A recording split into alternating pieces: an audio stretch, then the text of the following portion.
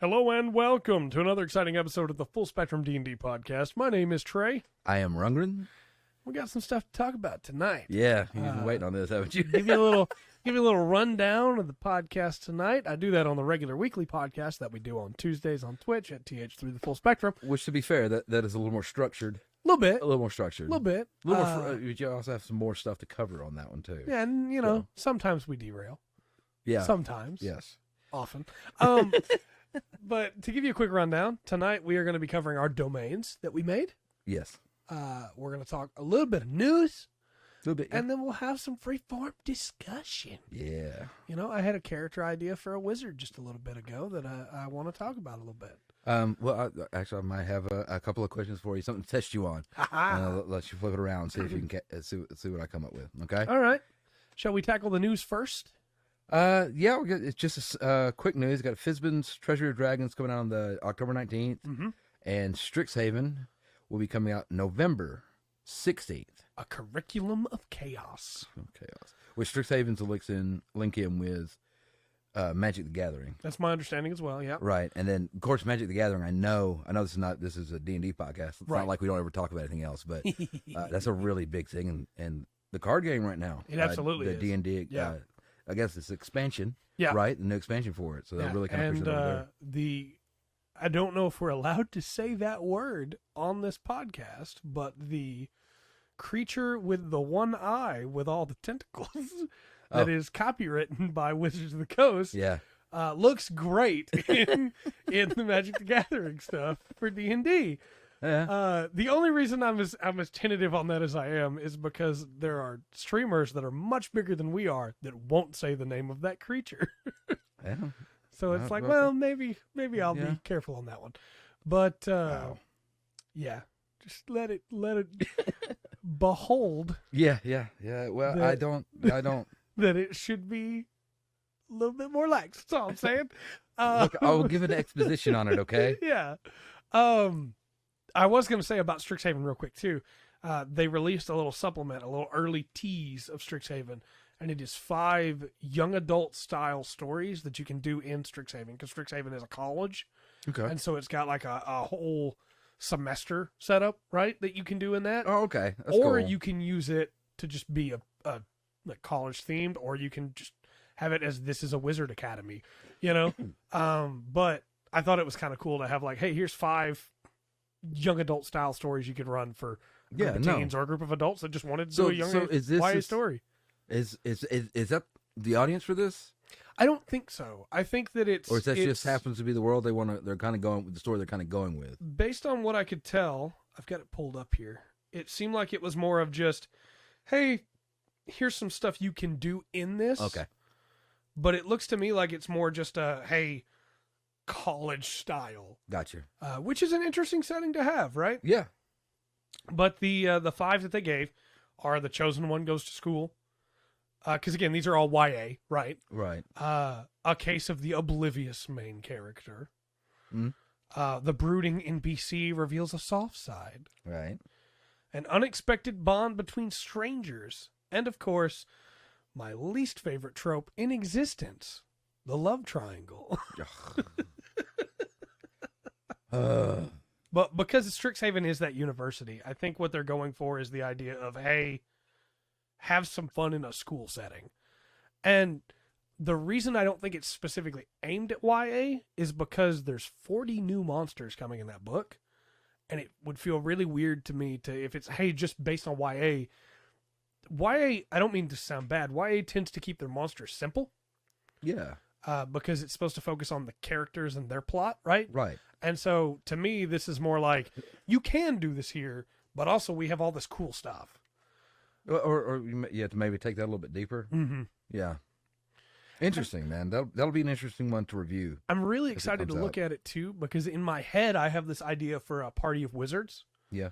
That are all, or maybe a party of bards, that are all going to Strixhaven for different reasons, Right. And then they're just the ones that get pulled into this problem. Well, see, I talked about before, making fun of the bards. Yeah. I think I'd rather have a whole party of bards than, a bard in a party. The fighting words to some people, I understand. But that would, be a great all the different colleges, Mm-hmm. make them actual colleges. Yeah. That they go to, and maybe Strixhaven really gives a really good aspect to do that. Too, I'm hoping so.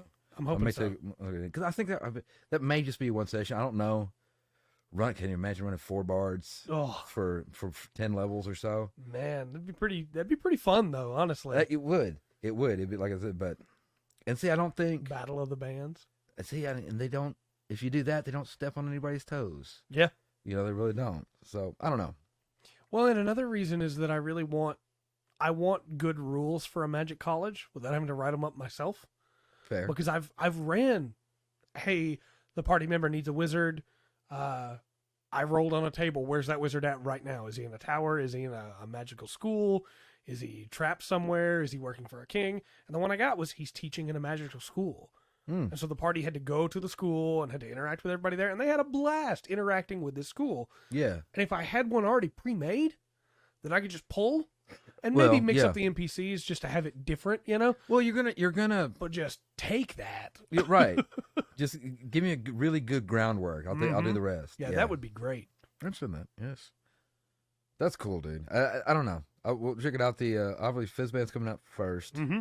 I'm really interested with the dragons being out. I love the steel dragons. Dragon.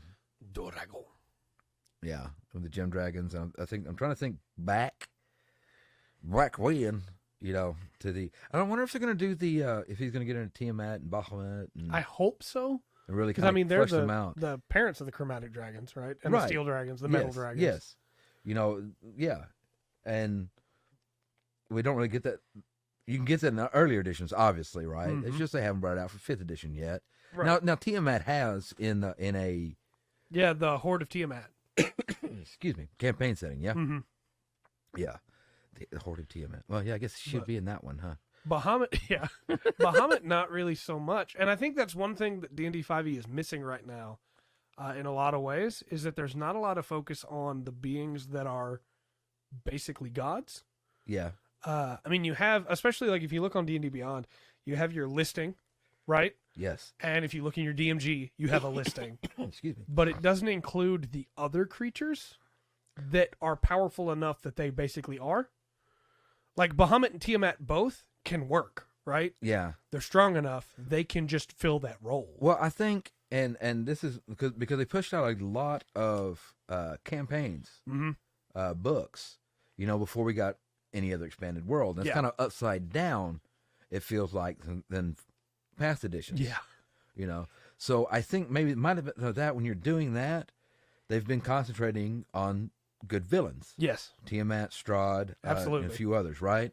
And it doesn't, and when you're running it that way, the good guys, so to speak, or, Bahamut in this as the opposite of Tiamat, doesn't get as much focus. Yeah. Just kind of there. Well, and I also didn't notice this was a problem until I was working on my prompt that we're going to be doing in a little bit. Oh, really? Because I needed a goddess for that. Okay. And I was like, well, I'll just use one of mine. It's like, no, we're making a domain that anybody can use. Let me get one of the official ones. Okay. And when I pulled up the list, I went, oh, this list is a lot shorter than I thought it was.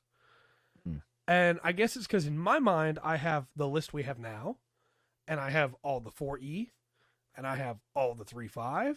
Well, not that when I'm thinking about it sometimes, because there is a long list of guys if you're going to Forgotten Realm, right? Absolutely. But I get what you're saying. But yeah, when you think about it and you step back, because like in my mind, I got Dragonlance, I got Greyhawk,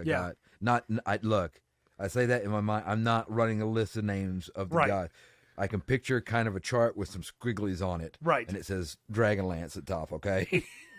I know where to go find it. Well, and I think it bears to mention, too, that over the years, as both of us have DM'd, we have taken gods from a bunch of stuff. Oh, yeah. Right? Yeah. Because, why not? There's, like we said earlier on, when it comes to D&D, buy your books, steal everything else. Right.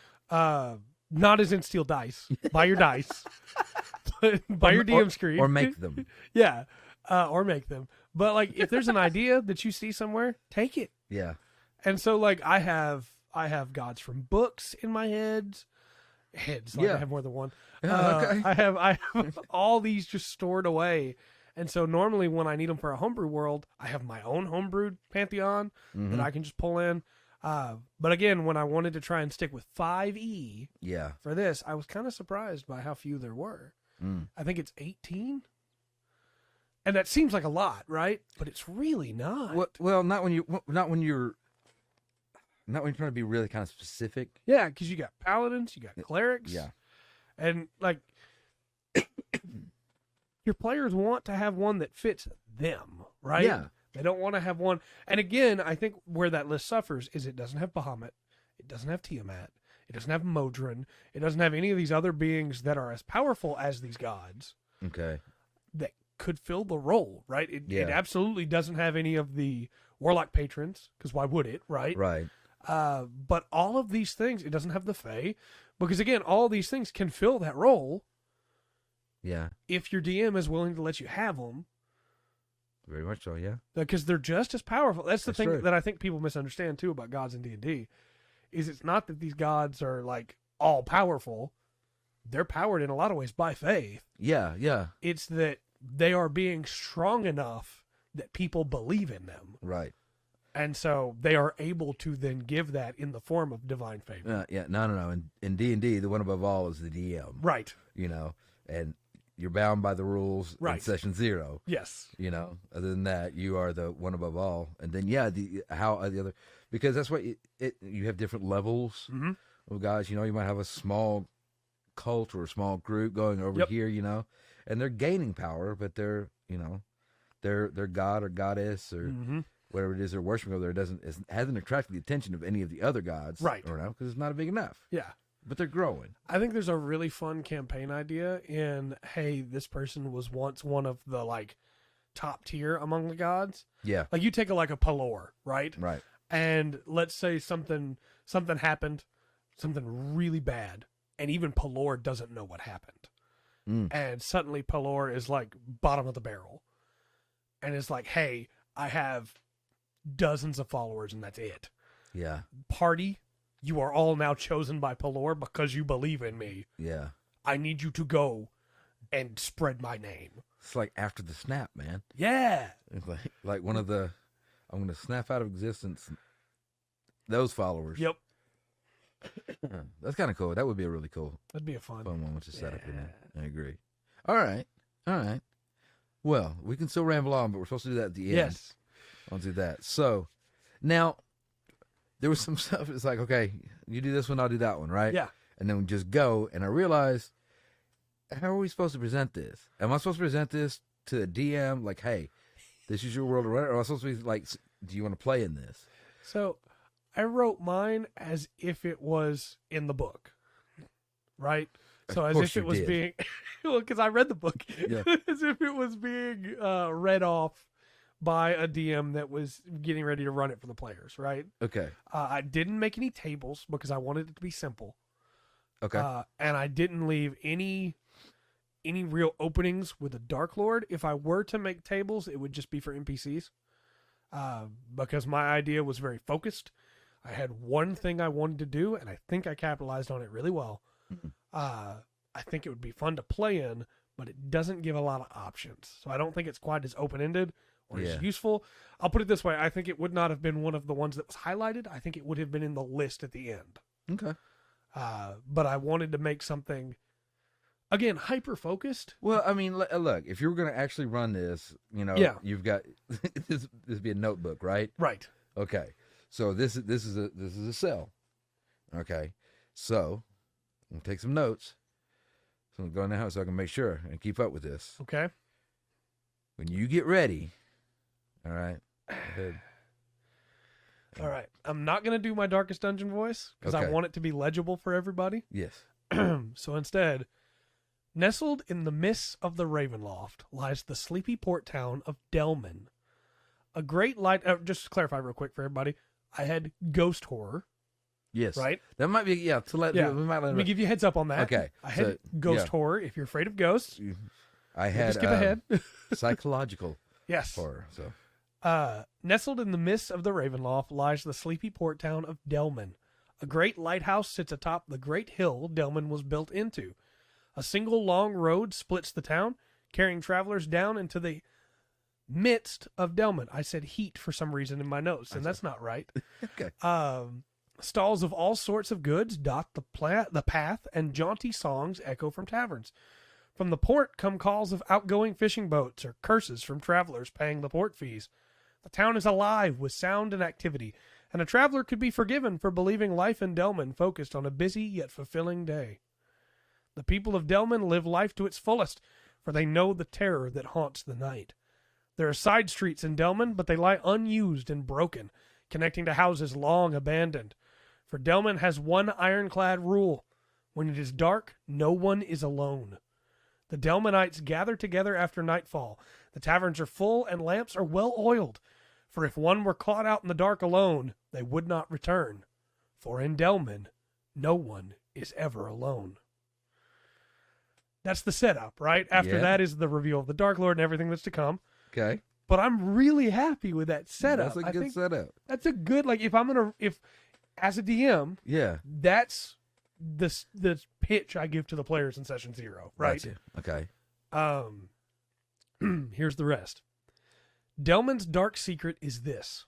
On the last night of a terrible storm that had engulfed the area for over a week, a single great ship entered the port, guided by the beam of the lighthouse. A haggard and soaked crew dragged themselves onto the docks. Their captain, a dread pirate named Son Katoon, explained that they had been caught in the storm and had lost their way. He begged for food, as they had run out the week prior. He explained that they had been able to refrain from cannibalism only thanks to the hope the lighthouse had given them. The harbor master and the stevedore began to bargain, but Son became enraged and tried to draw his sword. He fell, weakened as he was, and the harbor master and stevedore turned to the mayor, who made the choice that cursed Dellman. Let the pirates starve. They would only rob us blind after they recovered. Let Saloon herself take pity on them if she wishes. But it was not the goddess of the moon who heard the dying sailor's cries, or Son's curses at those who had handed him his pitiful death. The mists of the Shadowfell were listening. They claimed not just Son or his crew, but all of Dellman for themselves. Every month, on the last day of the last week, in the midst of a great storm, Son Katoon's ship, the Abiding, pulls into port. From it descend the countless spirits of the pirates who want only to feast upon those who denied them their last meals.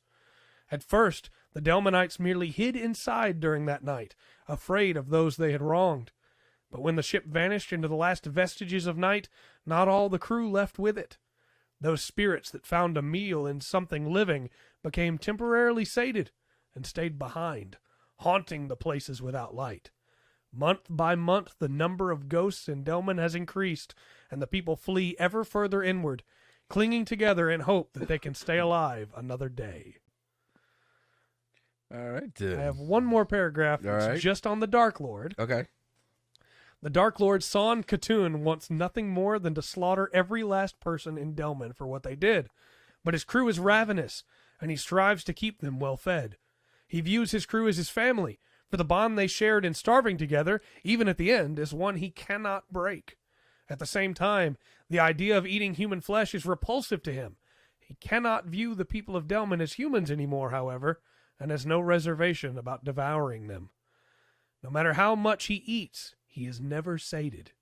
He deeply regrets the death of his crew, and misses the sea desperately, and tells the crew that once they are done with their vengeance, they will set sail again, though he knows with perfect clarity they cannot. They are stuck here, and no wishing to leave will make it so. Very good, sir. I love that idea. Very good. I want to run that so bad. The town that looks like everything's okay, but the only houses people are in are on the main road. Yeah. Because they've moved inward to stay together at night. The lighthouse up on the hill that's barely mentioned. What's going on up there? Yeah. Why was that the light he could see from weeks away in the storm? You know? Yeah. Oh, I love When that idea was he so called? much. Right. How long ago has that been? Is that mayor still alive? Oh, man. Oh, yeah. Is it? Oh, I don't know. That's very good. I can see, thank you. I can see that, like, as you start clearing out ghosts, because the party at first, I assume the party would get there the night after the attack each month, right? So there'd be a whole month before the Dark Lord even shows up. And so you have time to ask around the town. You spend I would think the majority of your first session would be the majority of the first day. Yeah. Getting to know townsfolk, doing little things for them, meeting the mayor, meeting people that are important. And then the session, like halfway through the session, maybe 3/4 of the way through the session, night begins to fall. People are leaving. Yeah. Everybody's going to the tavern. Everybody's going into this one house, or Yeah. and the party. Maybe the party doesn't know. Maybe somebody tries to stop and tell them on the way. Maybe nobody does. Maybe people want, depending on who they pass. Maybe they want them to be the feast, so nobody they know gets eaten. Right. Can you stay out on the street here? Yeah. I think you need to go check out that abandoned house down the way down there. Free house. Here's the key. Yeah. And then the ghost happened. Yeah. And I could see, depending on, again, maybe I would make tables for that, right? The ghosts that they encounter, are they vengeful, or have they been sated the night before and are now more mischievous, And that way you get a little more options there too. But as the month goes on, the ghosts get more and more hungry. And strive more and more to feast. Right. Until finally, end of the month comes. And it's an all-out. Here we go. Everything. Ghosts are in the street, rushing down, slamming on doors, trying to get in, but they can't touch the light. Right. And I wanted to add in there, they're not weak to the light. Right. But the light, and I didn't put this in there because I want you to have a little bit of freedom with it, right? Right. But my intention is the light represents their hope. Okay. And they are so far gone, having become cannibals, having become, maybe a couple of them. I don't know how they try to take the town. Having become cannibals, having descended to this point that they would not do before, right? Right. Now they can't bring themselves to touch what represented their hope before. Well, they wouldn't be cannibals because they're no longer human. That's right. But are they? I don't know. I think. I like the, forgive me, the name of the Dark Lord. Son Katoon. Okay, you talk about the buildup of attacks up until the night that he shows up. Do the ghost gets buffed now that he's there? Oh, I think they'd have to. You'd have to, that'd be one of the abilities you'd give. And I think I would make him get stronger depending on how many ghosts you've killed. Because he takes them back? They're his family. Yeah. Yeah. Ooh. So even if the players pull off killing a ghost, somebody's going to be like, "What have you done?" Yep. When he comes now, he won't stay on the ship. He'll come into town. Yeah. Why? That was really well done, and I'm not near that prepared. I thought we were just going to kind of sketch some stuff out. Well, you know me, I'm a writer. Yeah. I know, but I also know you're really busy and everything. Yeah, but lots of stuff going on. You're running a channel. I had 40 minutes that I just cracked this out in. Well, lest we forget, this is not me saying how great I am. Yeah. I did a 1,000-word challenge a while back.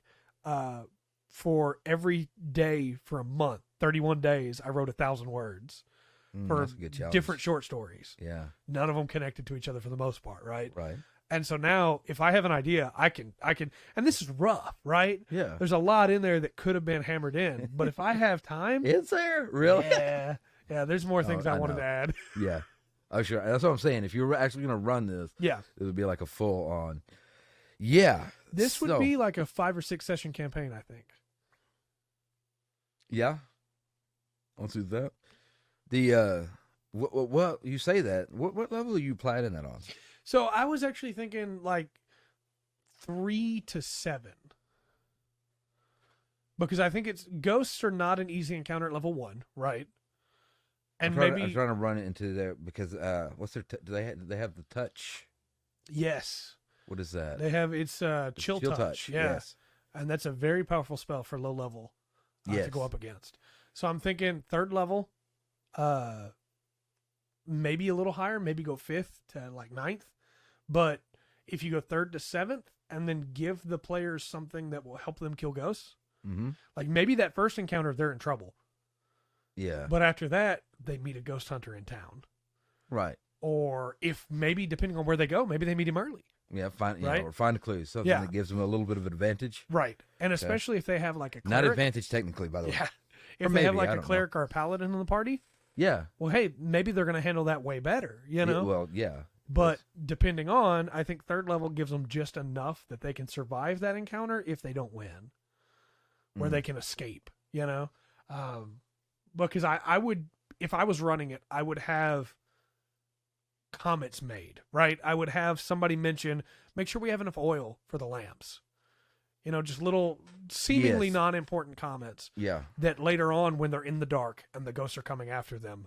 Or not even not a strange argument. It's like, why is she so upset? Yeah. That he forgot to get the oil. Yeah. You know, or he left it over there, you know? Yeah. There's a lot of good setups for that, man. I really would love, and obviously it's very hard to make it happen, but I would love to have like a Shadow over Innsmouth escape sequence this first night where the party, especially if they don't have a cleric or paladin, maybe they didn't find any clues, they don't know how to fight this ghost, they run. And then they are running back to the main thoroughfare of town, and it is dark. Because nobody's, and somebody might say, well, why are there not street lanterns? Nobody's going out there in the dark to change those. Right. And no. You get as much light together as in one place as possible without burning everything down. So it's dark in the street and they're having to rush to get somewhere, you know? Or if they're really struggling and you want to throw them a bone, have the beam of the lighthouse cross through the town. You know, I think if I was doing this with a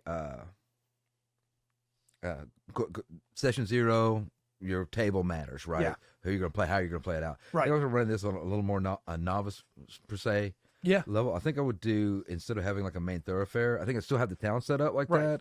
But the temple, the local temple there or whatever, there's one place where they can't go. Or no, where all lights are there. Oh, okay. Yeah. So at the end of the day, even though people are in the market, they were doing all they all go one place. They all go to this one place. It's big, you know, this temple, and there's candles, there's oil, there's light everywhere. Yeah. You know, down to the very bottom steps. You know, and as soon as light falls, nobody steps off that bottom step. Yeah. You know, just everybody stays in here. Yeah. I don't think I'd do that for a more experienced group. Let's play some more, because I think that, you know, they would need that. But there's some stuff, if you don't know what you're looking for in the game, you know, on a technical aspect, you might miss it. So there's a couple of these ways. I think you could go with some buff stats. You could go. I think that could cover a lot more, man. That's a really good setup. I really like it. I appreciate it. I really wanted to tell a ghost story about a ghost ship. Yeah. But I didn't want to stick people on the ship. Yeah. And I didn't want it to just be, well, you charter a boat and you find it. Right. You know, because I feel like that is way less interesting for roleplay. Mm-hmm. That is just a dungeon crawl at that point, right? Yeah. Whereas the town as well, then you get that role play while still having that, hey, at some point, either he's going to come to you or you're going to go to him, you know? I don't know. Now I'm trying. If you see me looking around, my eyes going around the rooms because I'm naming stuff, and I'm looking at my. And there's I cheated. I didn't name anything except for the town, the Dark Lord, and the ship. Yeah, I think I got it covered. I don't know. I like that too, because there has to be a redemption side to it. Yeah. Like, yeah, you could theoretically not kill him. Yeah, you can. You know what? Now I don't know. I'm not saying, you know, I don't have anything right off the top of the head. I got some rough ideas that you could go about that. You know, everything from pretty dark, like, you know, you push this mayor out. Yep. They devour that mayor and like, hey, everybody's okay, or you know, to something a little more, not quite as terrible. Well, I could see a situation where, especially if the party is able to acquire some magic items somewhere. Yeah. And then, you know, maybe they've got somebody that can cast Goodberry that can feed all these ghosts every day. Yeah. You know, maybe they've got, what is that? The tankard of mead? The unending tankard? Hey, that's all the ghosts are fed now. They're not going to attack the town anymore. Yeah, make a trade. You know, they're good. Yeah. There's a bunch of different things I think you could do. And one of them, it may sound bad because, I mean, the pirates in a lot of ways aren't at fault. I mean, now they're eating people, but, you know, maybe you sink the ship. You sink the ghost ship. Yeah. And now the pirates, they can't get back up. Or maybe you light the ghost ship up and now they have nowhere to go. They can't sail away and come back. Yeah. And so the cycle's broken, you know? Maybe you Yeah. figure out what's causing the storm, and you stop the storm, and the cycle's broken. Yeah. Yeah. Yeah, there's What I'm a saying- ton of options. It's from the straight on, kill the Mhm. ghost to main ghost there. Okay. I'm going to try with mine, so hopefully Okay. you'll get the... I will say too, real quick, for anybody who doesn't know, psychological horror is my second favorite type of horror. It's right up there with cosmic horror for me. And I didn't say it last week when Rundgren rolled it because I was like, man, I don't want to make him feel more pressure. But I'm sure he's felt pressure going, I got to sell this to somebody who loves this. Well, it's not only that, out of the... Honestly, out of the categories we picked, this is not the one I wanted. Right. I kind of wanted Ghost Story, but there Yeah. was okay. So I'm trying to wrap this up. The domain as a simple it's a town in a like a I don't know what you call it, like a crater area. It's just massive. Okay. They got mountains all the way around, and the mists come to the top of the mountains. Okay. The town is Roseburg. Okay. It's not very pleasant, even though it's his name. People are kind of depressed there. They scurry about their day. They don't interact. Right. There's the markets are not colorful or anything like that. Even though the land around it seems nice. I mean, coming up to it, it's a beautiful place. You know, and then when you get to that actual town, it's not gray and drab. I'm not going to try to build it with a big story. So as a DM, what the players are dealing with, when they come in, they'll find out that every couple of weeks, obviously somebody's killed. Yeah. Right, and they're always posed in artistic style, with the kind of set up something gruesome, like played out, or some kind of setup and kind of position. Yeah. And then 3 days later, there would be another one set up, okay, that was set up in an artistic style. But while the first one looked like it had been sliced, I said this is kind of more like a totem pole. Okay. And sometimes it might be 2 or 3 victims in that one. Okay. But the first one is always 1, and then later there's always 3. Okay. What it is the Dark Lord Atlan here has got now a Juggernaut and the Slasher. Yeah. Okay. Jack Ripper. Okay. Yeah. Right. And they're communicating. Okay. They're kind of showing off for each other. Yeah. Okay. At first, when they were not here, when they were doing their psycho killing in other places before Atlan, or the Mist brought them here, for Atlan, they were killing it to show all the people. Right. Now, in a weird way, even though they don't speak the same, they're 2 different beings completely. Yeah. They found somebody who understands kindred spirit. Yeah. Yeah. Now they don't interact any other way, right, except this way. Yeah. But these 2 different brutal killings. So yeah, you go find one, like, oh, man, got that gun. Yeah. No, it's not done. The Dreadlord Atlan was an artist. Okay. Who was passionate about realism in his painting. And I don't know, for any art students out there, Gory Goya. Yeah. I pictured him painting kind of like that style, mixed with a little bit, but more with medieval, not the Spanish Revolution, obviously, right? Right. Something a little more gothic going through that. But he could never get the blood right on that. So what did he do? He started using blood. It still was never quite right. So in his mind, he just hasn't got the right blood. Yeah. And so he kept going. So he got called in by the Mists. Yeah.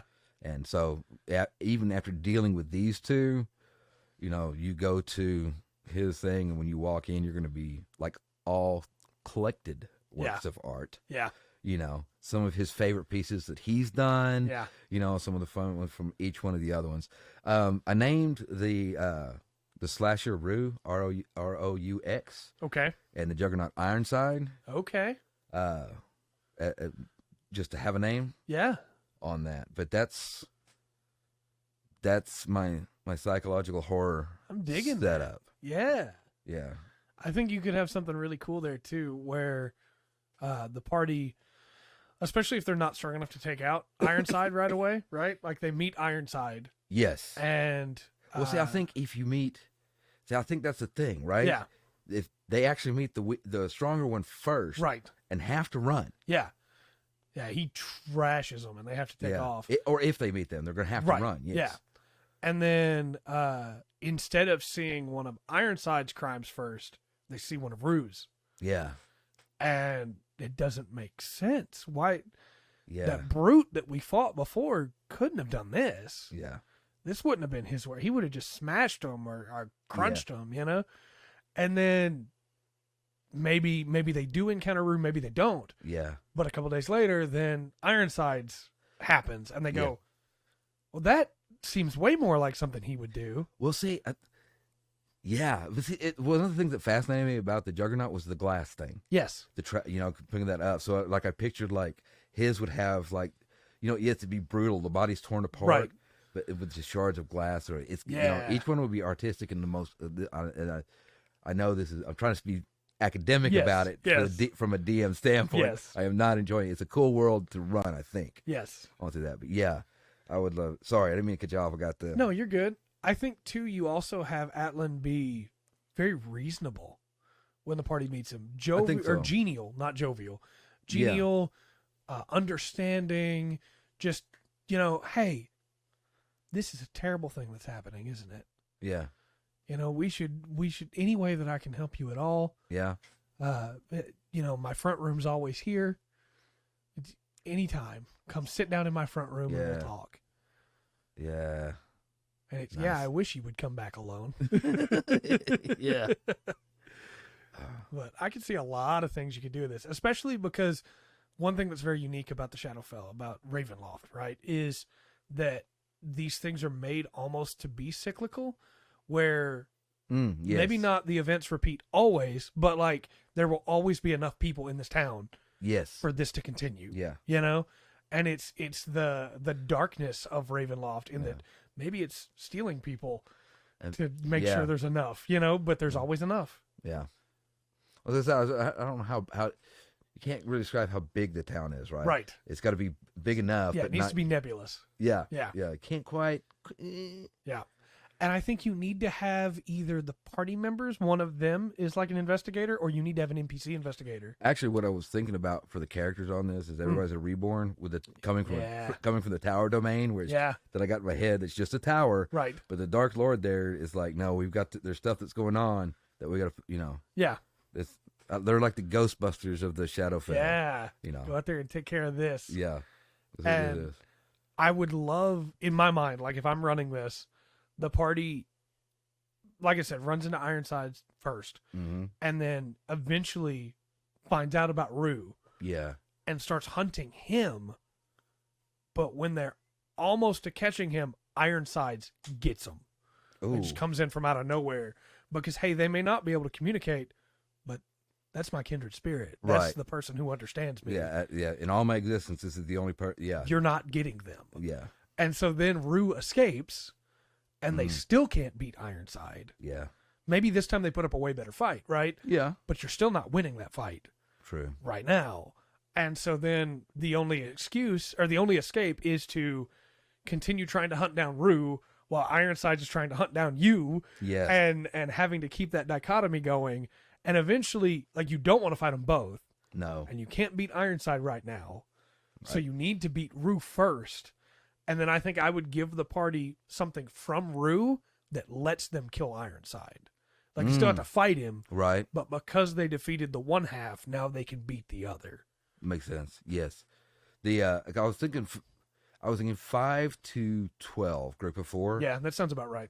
I'm going through that because if You got to build up to it. Yeah, because Rue will be taken out earlier, or can be, so to speak. I think that was 8th level. Yeah, around there. So you got about three good levels, 3 to 4 good levels of hunting and everything before the party could, really should be able to take out Rue. What would you use in this campaign for your fodder? Because I had the ghosts and that was easy. I didn't have to think about that at all, right? But I feel like in this one, you don't have a lot of options when it comes to magical stuff, but you could do ghosts. You could do spirits of those that have been tortured. Actually, I think I would. Atlan hires the people. So it's not a bad choice either. I don't know if I would. I may even go to they worship Atlan. I was going to say you could have cultists as well. Yeah, in there, and I think with this one, as dark and as afraid as everybody is of the cult, they know this isn't the cult. Right. They don't do this. They just worship those who do. Yeah. It's the cult to beauty in its truest form. And then everybody in Roseburg is in the cult. Yeah. Yeah. I think so too. Yeah. Yeah. And they don't show it. They don't, but they all are. Because that's exactly how Atlan is, right? He doesn't show it. He doesn't. Yeah. Yeah. I think so too. Man, both those. Okay. Yeah. I feel a little bit better about mine. Thank you. Oh, no, it's good. I'm excited about that. That's a really cool idea. Okay. I think the thing that excites me the most about it is the dichotomy of it, right? It's the hunt, but also, again, in my mind, Ironside rules that town, right? Well, yeah. Nothing in that town can stop him. So why wouldn't he? If you're a threat, why wouldn't he attack you? Right. And so to me, it's the hunt of trying to figure out the mystery, trying to figure out everything going on there. Especially if you have a few levels with the just the cultists, right? Yeah. Because it's no, it's them. Right. If you can build that up. Yeah.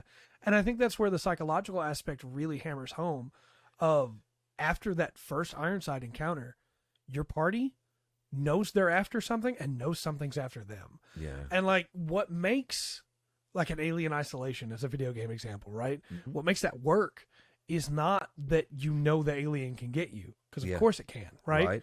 What makes it work is that you don't know where it is and you know it's after you. Yeah. You don't know when it's going to show up. Yeah. So I think as the DM, if I'm running that campaign and they're doing something, I'm not going to roll that die every time. No. But every once in a while, I'm going to roll that die. And I'm going to see, hey, is he here? Mm. If he's here, is he coming out? Right. Yes, he is. Okay. Everybody roll a D20 for me. Yes. What's the save? It's a con save. It's to see if you can keep your feet when Ironside busts through the wall next to you. Yeah. Cool. Yeah, I think there's a lot, and especially because Rue is nimble, right? Mm-hmm. He's going to be hard to catch. But again, I'm banking on this idea of you do not want to fight them both at the same time. Well, no, I don't even think at 12th level you definitely wouldn't have dealing. But now look, I realize the groups out there is well, my 12th level so and so. Yes, you can, but the group I'm thinking of is built for this, right? So they have their strengths and weaknesses, to go with it. Another thing I like too, before we move on, is Atlan. There's not really a redemption road for him, right? No. There's no options there. He's a monster. He knows it. He loves it. There's no hope for redemption there. But I imagine someone who's willing to toy with life like that, the mists have probably powered him up pretty good. So by the time you get to him, he's not going to be easy to take down. Yeah. I kind of just went with, okay, how can I do Strahd but not Strahd? Yeah, absolutely. And he's going to have to be on that. And I think if I was running it behind the screen, you're going to get something from Rue that may help you kill Ironside. Right. You're going to hold on to that. Maybe find something from Ironside. Maybe bring in one more thing, one or two more things, and those together. Then actually, Atlan, if you're using this is about the only thing, you're in his domain, right? Yeah. Only thing that works. If you've got these, and as silly as it is, you take the boss fight and you turn it into a first level roll to hit. Yeah, absolutely. It doesn't, and it takes the boss fight down to a quicker thing. And that's honestly one of the reasons why Strahd works. I think. Yeah, I agree. Because you got to have the sun sword. Yeah, and the everything. Cannot do it otherwise. Right. Mm-hmm. So something like that for him. But I didn't like that. I didn't go that in depth with it. I wanted to. Right. I like too that I took a monster and made him human, and you took a human and made him a monster. Yeah. Yeah. And we didn't consult at all about these, right? No. I think that's what's really cool to me is we came from very different prompts and we made two very cool things. Yeah. That I'd be super happy to DM either one. You know, these are really cool. Yeah. I love doing stuff like this. Absolutely, so yeah. If you want us to do more prompts for short campaigns, please let us know. I'm imagining a world where somebody goes, "Hey, I'm trying to run a campaign in the Astral Sea. Could you give me some prompts for that?" And it's like, yes, we can. Listen in next time. Yeah. So let us know if you have any of those. Please. I forgot to check what time we started. I don't know how long we've been going. I have no idea. I know it's going to 46 minutes. We're doing okay. Right. Yeah, we're doing fine. We're doing all right. We got a little bit of time to. Oh, okay. Yeah. I can ask you some questions now? Yes, okay. Please do. All right. Whew. You are your character is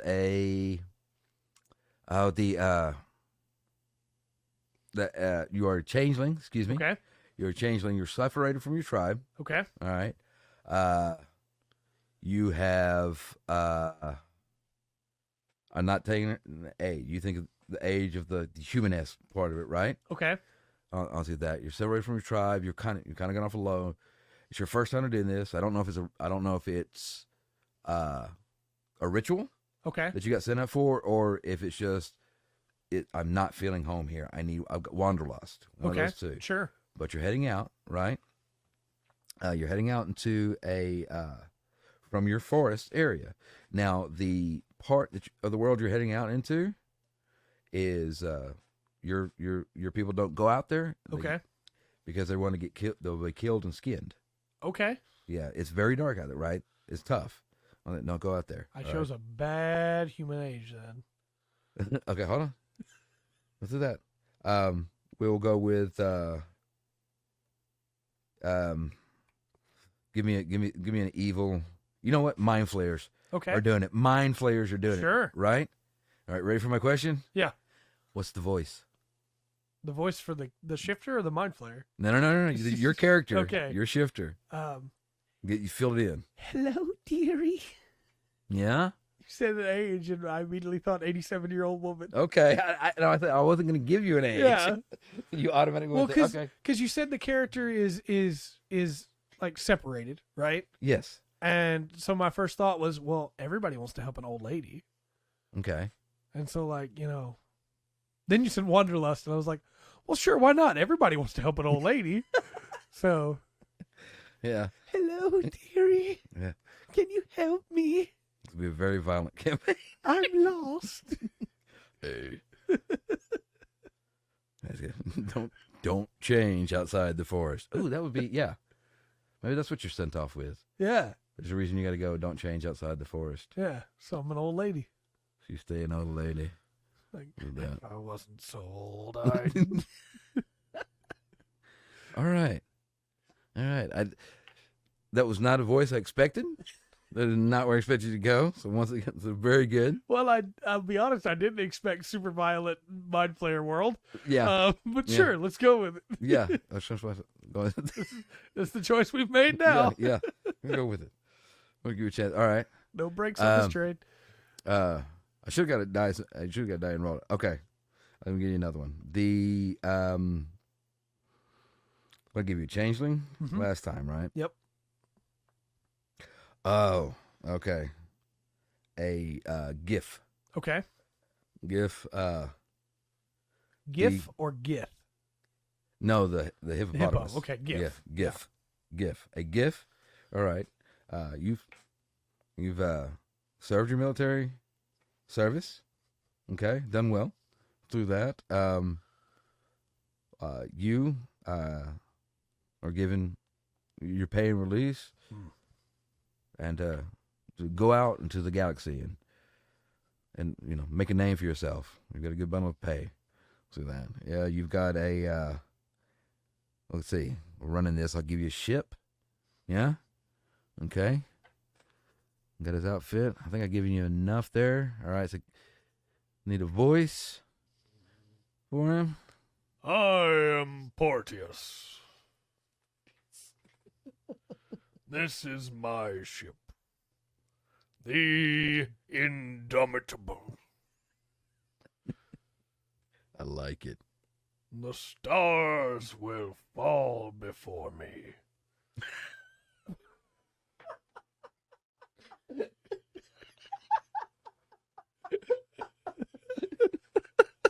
He got his pay. Now it's time to go conquer the universe.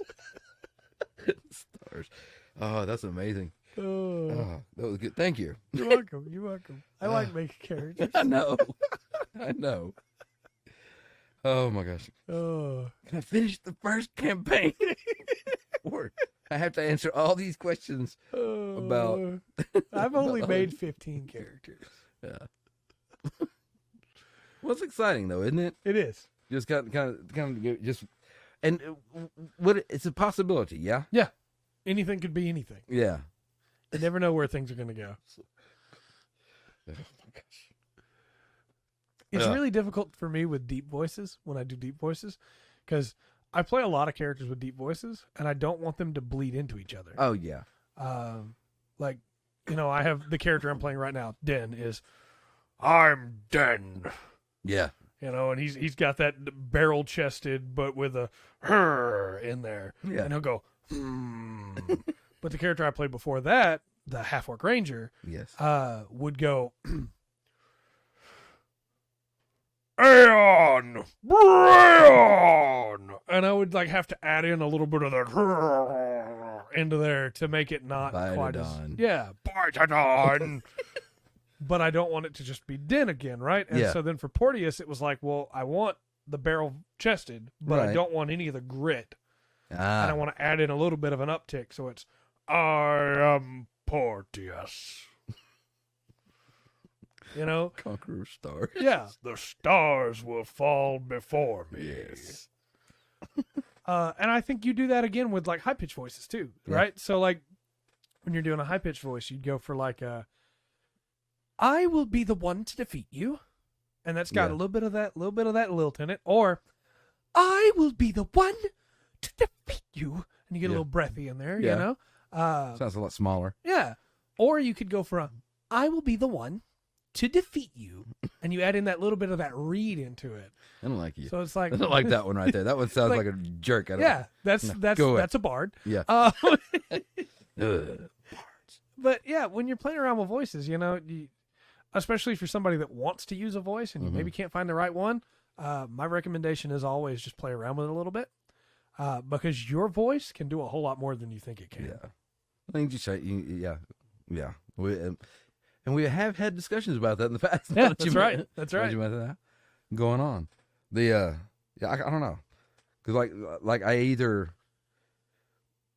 rip somebody off, start with an impersonation of somebody, and then maybe change it a little bit, or or just what happens when I open my mouth, right, when the character starts to speak to it. Well, I think you need to not be afraid to contort, right? When I do a goblin voice, I don't do it from this position. Right. When I do a goblin, it's, Hello, I'm here to help you. Yeah. my whole body shrinks in together. Yeah. To make that voice. Whereas when I'm doing, I have an NPC in my campaign that is a bugbear. Right. And I just completely forgot his name. But the character that he is with, the tiefling that he is in charge of protecting, is named Fugjas. So, for instance, he would be like, Fugjas, get back! You have to get back!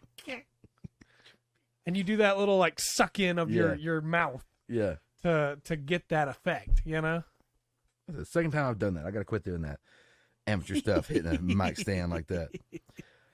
But Fugjas is clever. Yeah. Yeah, you said that one. I've heard you do that one a few times. Yeah. He used to be one of. It's another thing. He used to be one of my player characters. I used to play him way back when. Yeah. And now he's a recurring NPC. Yeah. Because you can just do that. Yeah. Absolutely. Free of charge too. Mm-hmm. Yeah. Nobody will complain because they don't know. They weren't there when you played them. Right. Fair enough. Fair enough. Your lessons in role playing for this campaign or for this session. Well, I figured I'm not just making stuff up is fun. Yeah, you know, it is. It is. And voices can go from silly to serious. Yeah, very quickly. Very quickly, and depending on the group, you know, if you're doing a silly campaign, silly voice is great, and things like that. But it's the Richard Grant playing the old Loki thing. Yeah, that could easily be cheesy. Yeah, easily, absolutely. But no, sir, it wasn't. That's right. Because you know he didn't play it that way. Mm-hmm. Well, and I think like even that goblin voice, right? When Right. I go, I'm here, it's like, well, that's not like that's a funny voice, ha ha ha. Yeah. But if instead I said, no, don't, no, come back, you're all I have. Yeah. It's like, well, now suddenly that's not funny. Right? It's, oh, I feel bad for him. Oh, Yeah. I just made him up and I feel bad for him. Like, you know, performance is important. Look, I understand that. You've heard me sing the Ghoul song. Yeah. It's an emotional roller coaster for me. But that's that's a performance. If you want to hear the Ghoul song, check out our Patreon so you can get into the Discord. $1 a month. $1 a month, yes, absolutely. I put the Ghoul song up there. Yeah. That is the only place you can get it. So,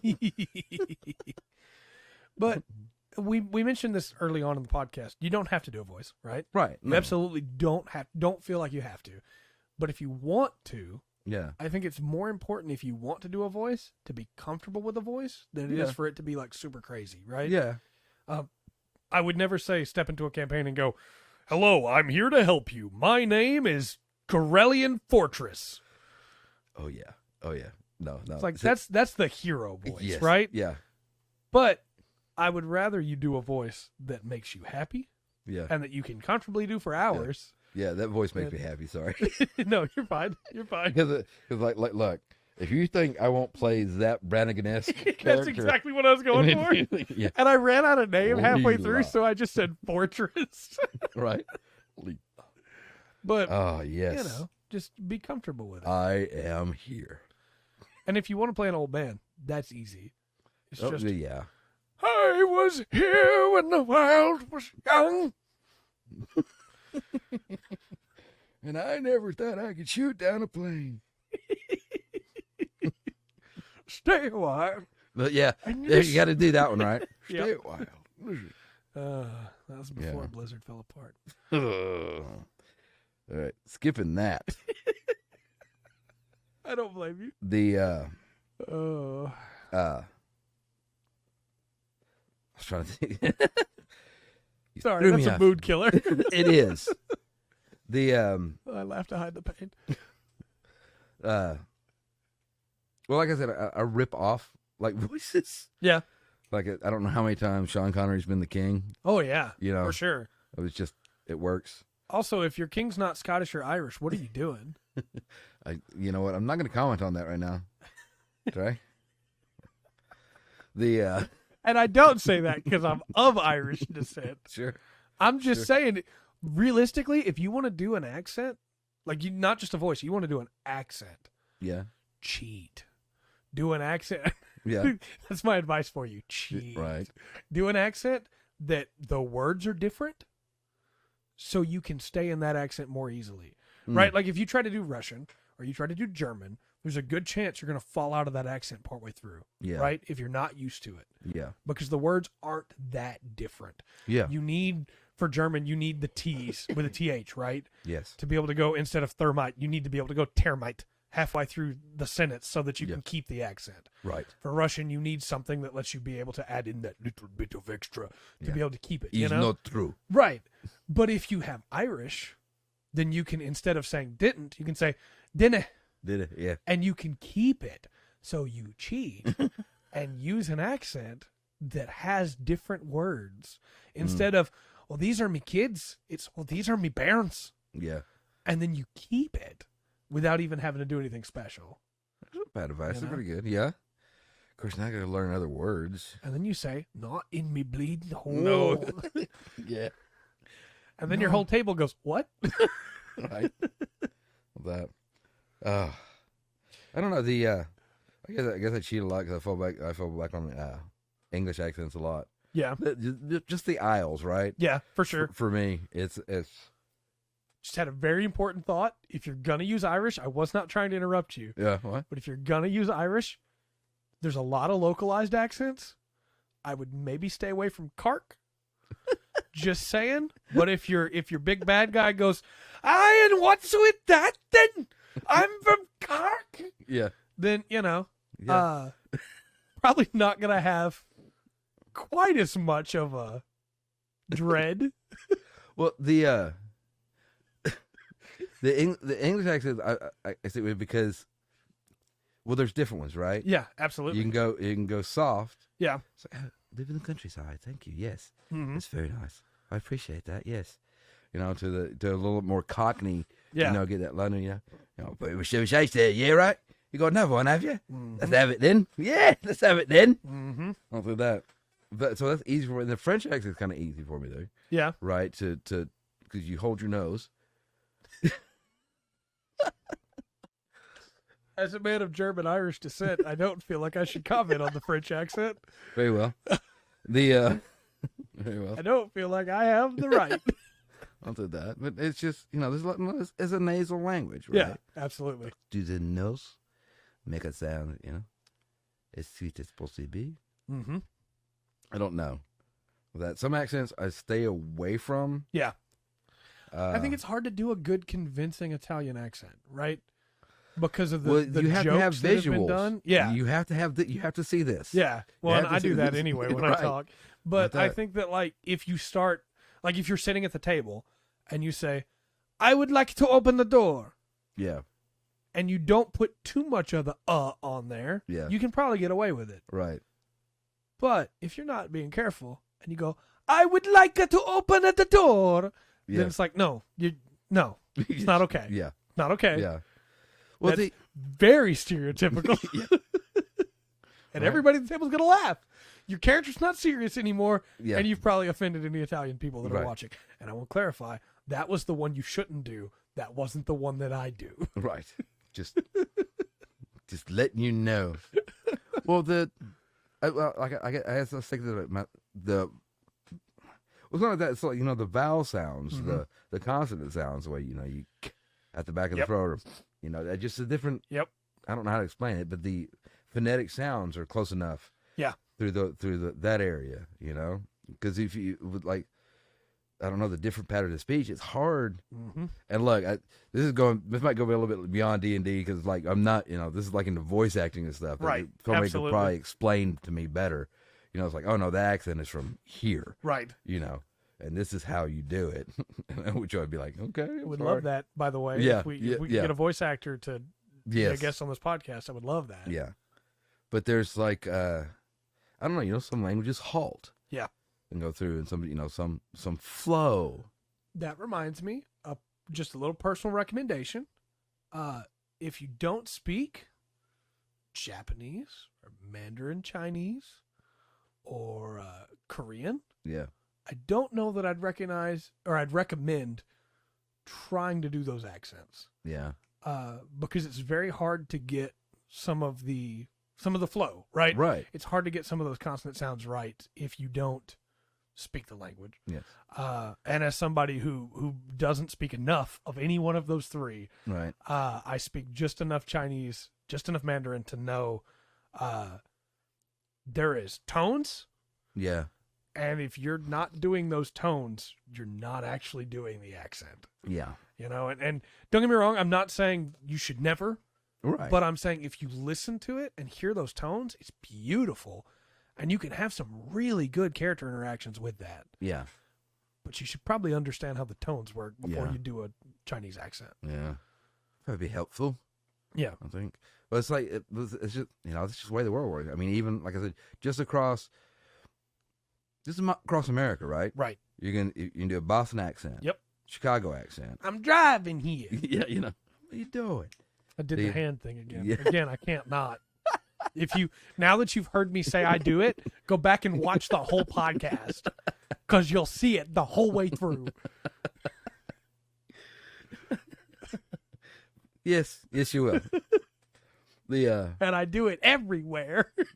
But it's like, you know, it's like that around everywhere. You know, if you want to do a Canadian accent, Yeah. Of course, there's that northeast Yeah. accent kind of flows, and the Canadian accent's a little bit different than that. But then you got French, a lot of French Canadian. Yeah. Has different sounding sounds, which sounds different than Cajun accents. Oh yeah, You know? yeah, And I guess if you really wanted to go into it, the Southern drawl, right? yeah. Well, there's a different in the Southern Hello, drawl. sir. I'm here to see if I can get Yeah. a room tonight. Well, the draw's completely different in Georgia, isn't it? Mm-hmm. That's a different drawl. Yep. Well, it's a Southern drawl. Yep. Yeah. Well, and even in some places like And Alabama, I know I probably sound so Texan. That's Southern drawl right there, man. I'll tell you what, we're gonna put that on the backside. We've got some big old tires on that truck sitting out there. Right. It's gonna get good. That's right. That's right. I know I'm sounding very Well, Texan right now. I do declare. I do declare. I have said things, and I will say them before. I appreciate you taking time to sit down here with me, sir. Taking time to talk about these things. We discussed a good D&D podcast here, and that was most people think That's that. right. That's right. We did. I don't know how we got this far off. Oh, you can. You kidding? As we stand before ourselves. You do it so well too. And I mean, look, I'm gonna be honest with you. If you just really want to throw things out there and you got a lich, Then you just do this, Lord Megatron. Those Autobots have 9th level spells. That's good. The trick I actually I should do for a couple, because we're having fun here. oh yeah, You know, we're not saying these accents are good. These are just ones we're doing, or impersonations as it may be. But there's like for certain things, there's like these lines I have to say right. if I want to get it right. Like for Shaggy, it's now before I can start, I can kind of do his voice a little bit, Right. you know. But if I start out with man, oh man, Scoob, like zoinks, and give it right there. It'll help me flow into it. Right. For the Sean Connery one for me is the one from Highlander. The Highlander. So I immediately introduced myself to the lady who was there. Yeah.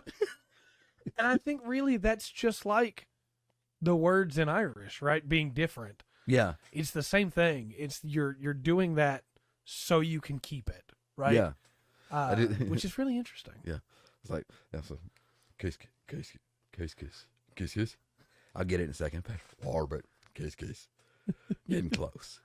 Anyway, moving forward. I'm sorry.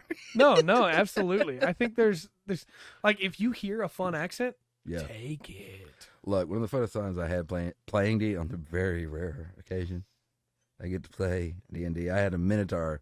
Did my best to talk as Patrick Warburton. Yeah. I'm going to do that again. I'm going to play that character again. It made the same name or whatever. It's look. The Minotaur's name's Pat, right? Yeah. It's Pat Minotaur, Yeah. right? That talks like Patrick Warburton. Right. Yeah, and he's trying. He's Not a reference to Pat Benatar. Sure. Not a reference to Pat. Oh. You know, but you know he has fresh off out of the herd, Yeah. trying to make his way. He's a little confused, you know, because where he comes from, his people, the guys have horns. Yeah. So he's struggling. Would you say he's making his way downtown? Walking fast. Don't do this. Don't do this.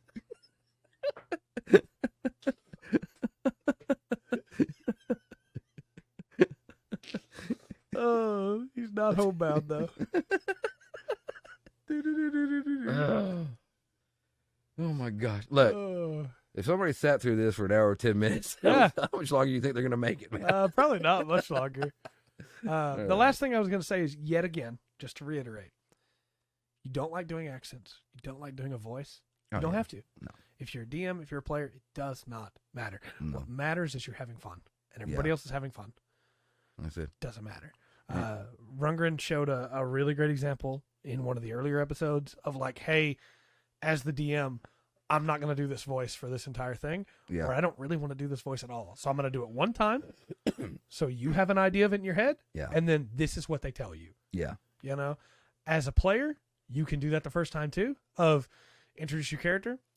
Yes, my character sounds like this, Yeah. and then everything else is my character would like to add that Yeah. this happens. Yeah.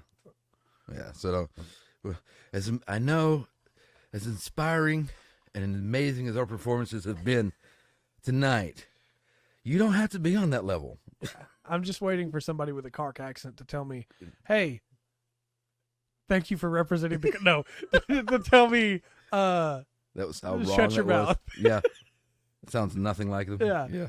Well, my cousin's from Kark, and I've hear that accent a lot. So Okay. Well, it's good to have a reference point, right? yeah, I think it was pretty close. I wouldn't know.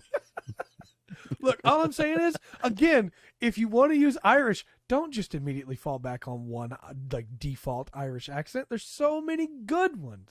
Well, that's what I'm saying. But if you do, everybody does an English accent. Yeah. There's so many. What do I say here? May we move forward? Do the Wales one, the Welsh one. Do the there's a bunch of them, and I Well, can't you can remember pick a right good now. one. I'm kidding. I'm sorry. Oh. Look, I felt bad for punching down at Kark, but look. I realized sitting here when I said that, right? I was like, there are some jokes on here yeah, that go to our not really home countries, but right, yeah, back there that our family's countries, right that nobody's ever going to hear. yeah. If my cousin hears this and goes, "That's a terrible representation of the Kark accent," then I'll Yes. say, "Well, you should come on here and let everybody hear it." Yes, absolutely. And I love the Welsh. I'm sorry. And again, if you feel like you're doing a terrible job, your party probably appreciates it. yeah, They probably are just happy that you're trying. all right. They probably don't care how accurate it is. And if they do, kill them in the next battle. Yeah. Make them learn. Yeah. You'll enjoy this. Some lessons are taught the hard way. Yeah. Also, one last quick advice. If you want a really good deep voice, steal the Darkest Dungeon voice. I would. Voice is so good. I have thought a few times about actually setting a microphone to DM Yeah. just because of the proximity effect. Yeah. So I can get up close Yeah. and personal. Find you. Yes. And then back way off if I need to get with that. Yeah. But that's cheating. I know. I'm sorry. It is. But it's very cool. Also, I know that we need to close, but if you are DMing over Discord or Roll20 and You you would have a use you would have a microphone, but if you use any programs to do a noise gate or you use an AI, like the RTX voice Yeah. to reduce background noise, before you do a voice, you need to turn those off because those are used to your voice and they will block out the sound. Oh, wow. Really? Yes. So that's awful. I DM over Discord, right? And the party encountered a demon, and I'm gonna move the mic back, or I'm gonna move back from the mic yeah. because the demon, when they encountered it, went, and I would put everything I had into that. Yeah. Right? It was way longer. It was great, Everything you get. and it muted the whole thing. The whole thing. Yeah. So just keep that in mind. Oh, wow. That's awful. Yeah. Dude, I can see that happening. I pictured it in my head. That would be like, I would do that. Yep. And it would be at the passioned, you've got the villain and blah, So all they get is a screen of, Oh, this demon was like the You're demon all they've been red hunting faced. for 3 sessions. Oh, that's heartbreaking, man. It was a demon summoned by a lake of pure silver that had been affecting people's memories, and they had finally hunted it down. And I had just described its fearsome appearance, tentacles flailing, skeletal wings flapping. That's rough. A dislocated jaw hanging low, and then mentioned that the jaw separated out even further so that it could let out this blood-curdling, gut-wrenching scream, and then they just heard nothing. That's heartbreaking. So, just pay attention to that. Yeah. Don't make the mistakes I've made. Good advice. Good advice for those DMing across the service. Especially like with the pandemic going on and everything. Like there are a lot of people that are DMing over Discord. Mm-hmm. Keep that in mind. Yes. We good. All right. I think we've done a good episode. I think so. We did cover what we said we were going to cover. Yeah. Do we have anything up for next week? Because we got a while before anything new comes out. Yeah, I think next week we either just have another kickback episode, or maybe we start covering one of the topics we said we were going to cover before, like classes. Oh, yeah. Yeah, we got some time until October. Well, we do. We'll preview that. Okay, we'll go back to maybe digging into the books. Or you wanted to? Well, we covered everything free, right? Yeah, we covered all the free stuff. Going through that. So we had a big list of things we wanted to talk about before we got into Ravenloft, but we haven't covered UA stuff yet. We haven't, and how we feel about Unearthed Arcana. We haven't covered the classes. We haven't covered the races. We haven't talked about the next books that would have been Volos or Xanathars. Did we talk? Yeah, we haven't known really about what next we would buy, right? So we got a lot of start options. Spending money on that. We do. Okay. Try to come back, have a good D&D discussion. If any one of those sound like a thing you'd like to hear us cover, yes, please let us know. Absolutely. Because we'll probably eventually cover all of it, but we'd like your thoughts as to which one you prefer first. Yeah, if we've got. If you want to, we can go through the basics too, and then expand out. So we cover the full. Yeah. Can kind of go back to basics. Was like, hey, these are all the classes now. Yeah. And all the because we covered the very brief ones. The free. Yeah. Which some of those we kind of touch on that we've already done. Right. And it's like, these especially because now you'd be open to some more feats and stuff like that. Yeah, feats, and I think what was it 2? When we did it was you get 2 classes on the free ones, right? Mm-hmm. 2 classes. Yeah, wizard. No, you get 3, don't you? Wizard, fighter, rogue.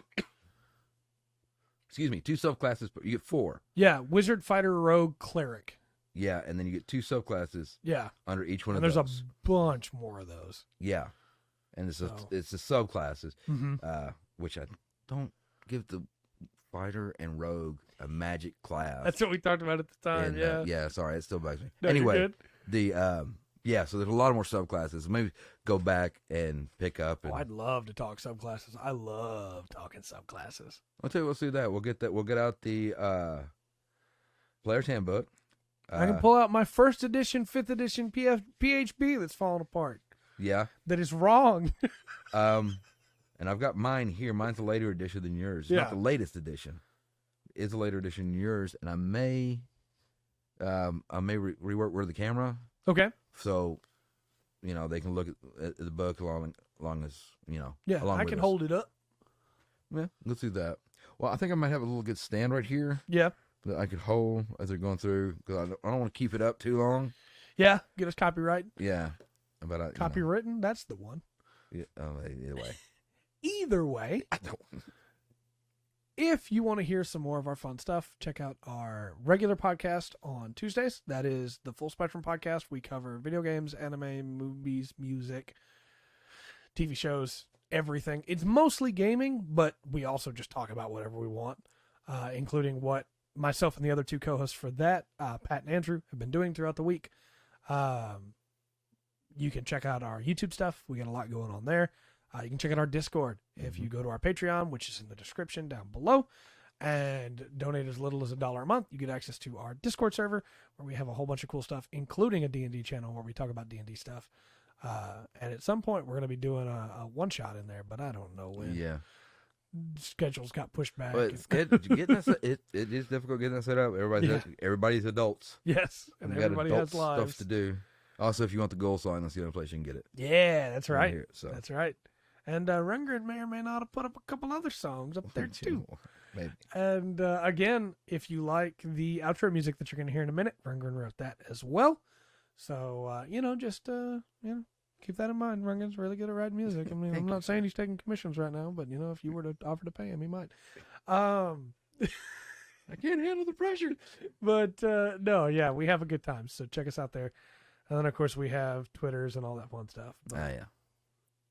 Just find us. Chase us down and find us wherever you can. In this case, you're the Ironside. That's going to be the title of that. In this case, you're the Ironside. Okay, I was going to say, is that the word? Yeah. That's the word for the day, or is that the... That's the word, and, well, I guess it can't be the word and the title. Yeah. Well, Rue, R-O-U-X? Yeah, Rue could be the word, and the title can be, in this case, you are the Ironside. Okay. Man, they're going to listen a long time through a lot of stuff, so I know what that means. That's good. They need to listen to all of it. Pay attention. All right, well, in that case, I have been Trey. I've been Rundgren. And we've been the Full Spectrum D&D podcast.